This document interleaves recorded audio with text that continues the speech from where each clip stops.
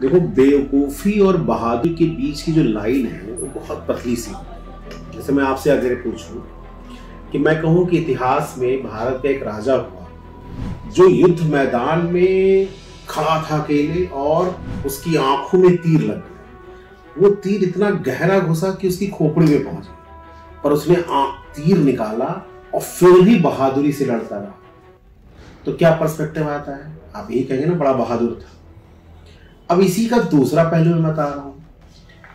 उस राजा का जिनसे युद्ध था, जरा देखिए, राजा हाथी पे खड़ा है, उसके सेनापतियों ने कहा कि आप मुकुट लगाइए, पूरा कवच पहनिए। उसने कहा नहीं, कवच कैसे पहनूंगा, इन छोटे मोटे मुगलों को तो मैं धूल चटा दूं। कॉन्फिडेंस से क्या हुआ, एक हाथी पे खड़ा हो गया, हाथी पे बिना कवच के खड़ा हो गया। और जो मुगल थे वो घोड़ों पे सवार थे, तो जाहिर बात है कि कोई आदमी हाथी पे ऊंचे खड़ा होगा तो निशाना बनाना बहुत ही क्या होगा, आसान। मुगलों ने तीर मारा, आंख में चला गया एक तीर। मुगल लड़ाई पूरी तरह से हार चुके थे, बस हारने ही वाले थे, पर वो क्या हो गया, उस हाथी पे गिर पड़ा।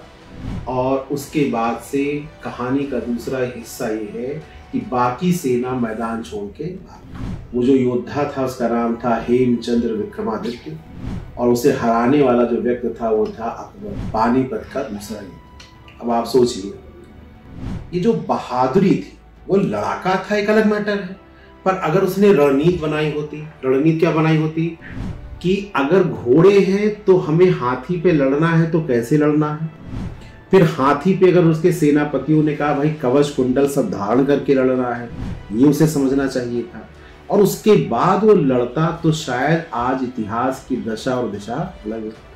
आज सोचो कि आज काशी अयोध्या ये जो बातें हो रही हैं, मथुरा काशी अयोध्या की, आज ये कहानी ना हुई होती, आज हम लोग एक समृद्ध समाज में रहे होते। हेमचंद्र की एक गलती, अब बहादुरी में तो विक्रमादित्य की उपाधि लिए हुए हैं। वो पहला है कि वो हिंदू राष्ट्र की बात कर रहा था, उसमें वो था शेरशाह सूरी का सेनापति, पर उसने राजा की पदवी धारण कर ली, और वो हिंदू उसकी बात कर रहा था।